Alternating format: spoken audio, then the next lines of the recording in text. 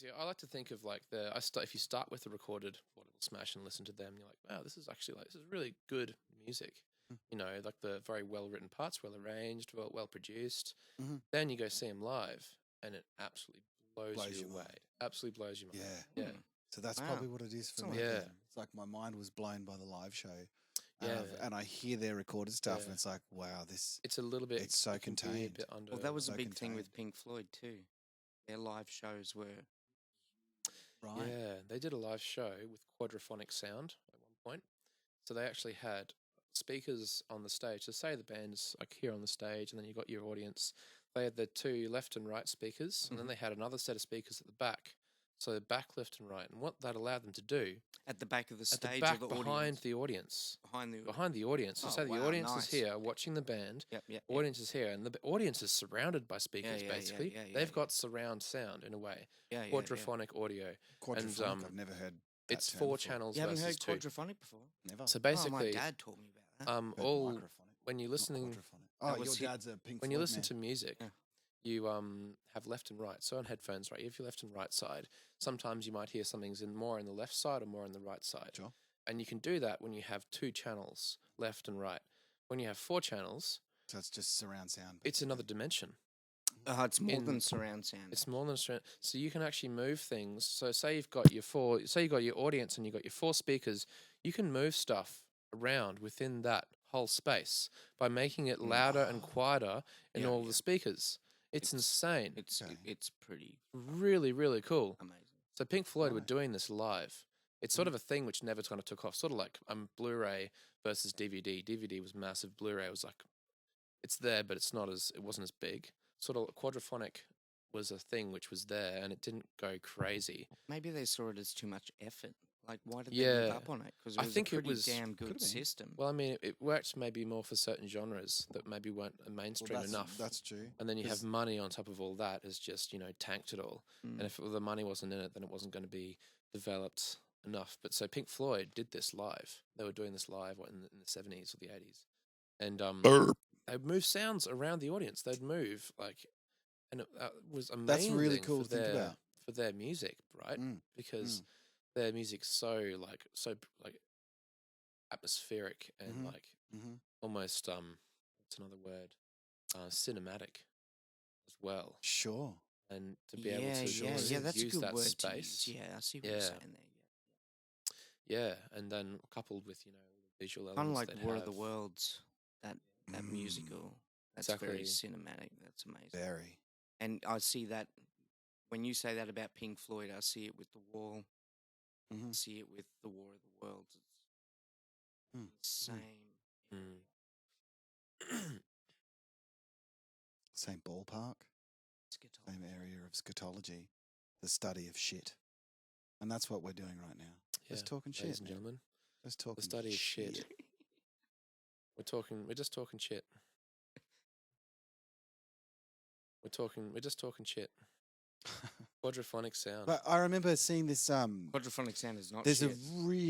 No, it's not. And like the way you were talking about the way that you can, like make the sound go that way. Yeah, man. There's this really cool. My dad was into this really cool Pink Floyd. It's not a concert because there was no audience, but they played a live show in this amphitheater in Greece with a camera on a circular track.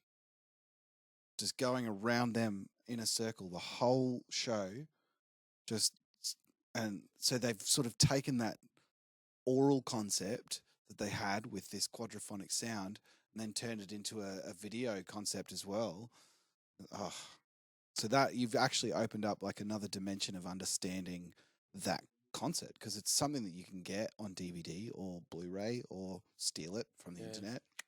Because you could I understand quadraphonic. You could get records that were quadraphonic, or you could get CDs, I think.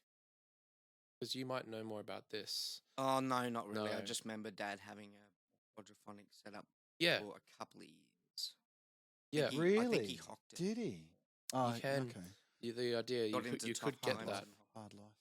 You'd have speakers, sort of like a 5.1 surround sound system, similar to that concept where you'd have speakers in all corners of the room. Yeah. And you'd listen to music like that. Oh, it's amazing. So you'd sit there and the and you can record, also have or the CD would have 4 channels of Have audio. the sound travel as well.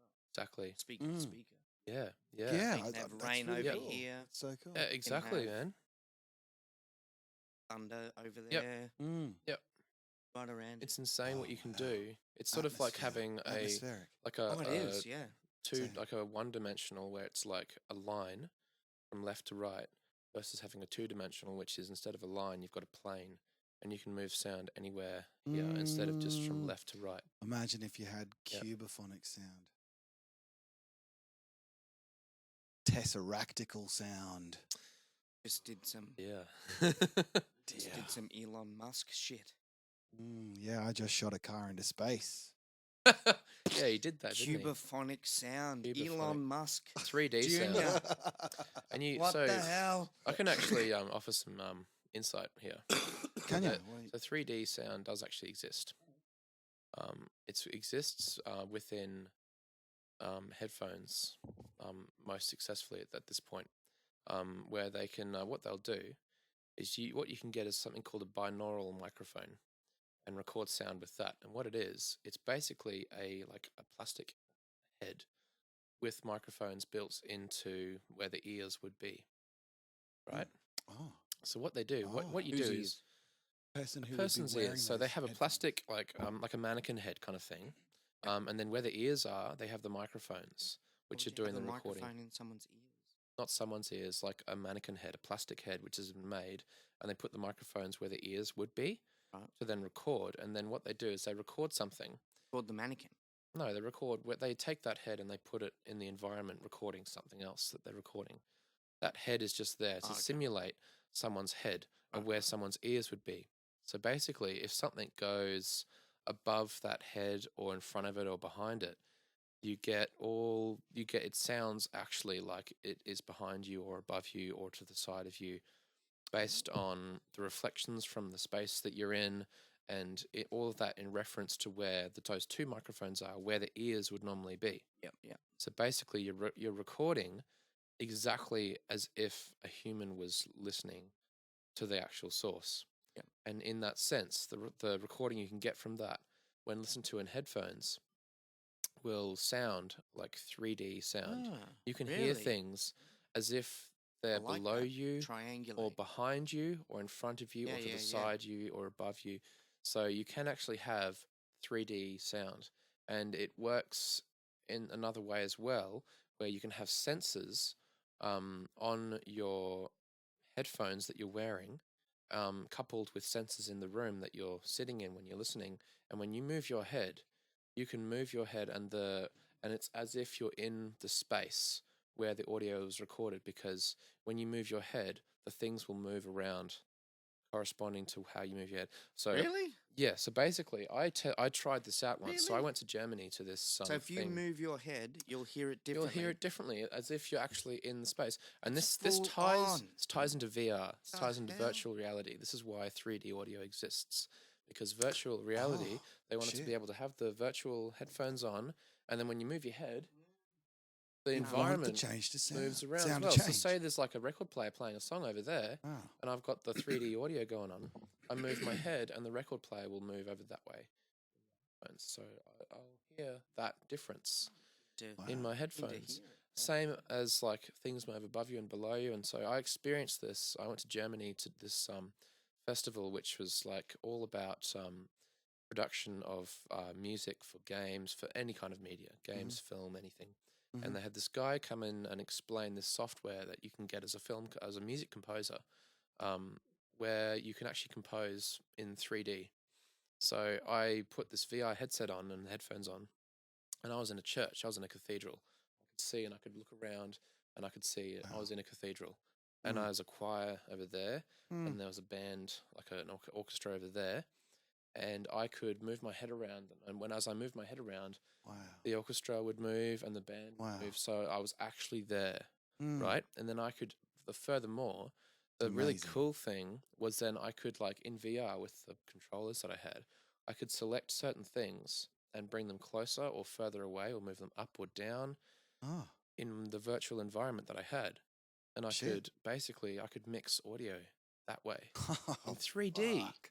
You can It's mix like- audio in 3D. That Yeah. must have blown your mind. It was man. amazing. Yeah. Wow. Just the idea. And then the listener can listen to that later with headphones on, and you just close Mhm. your eyes and you can experience that in That's 3D. amazing. So the third dimension of audio did you put your phone does on fucking exist. plane mode?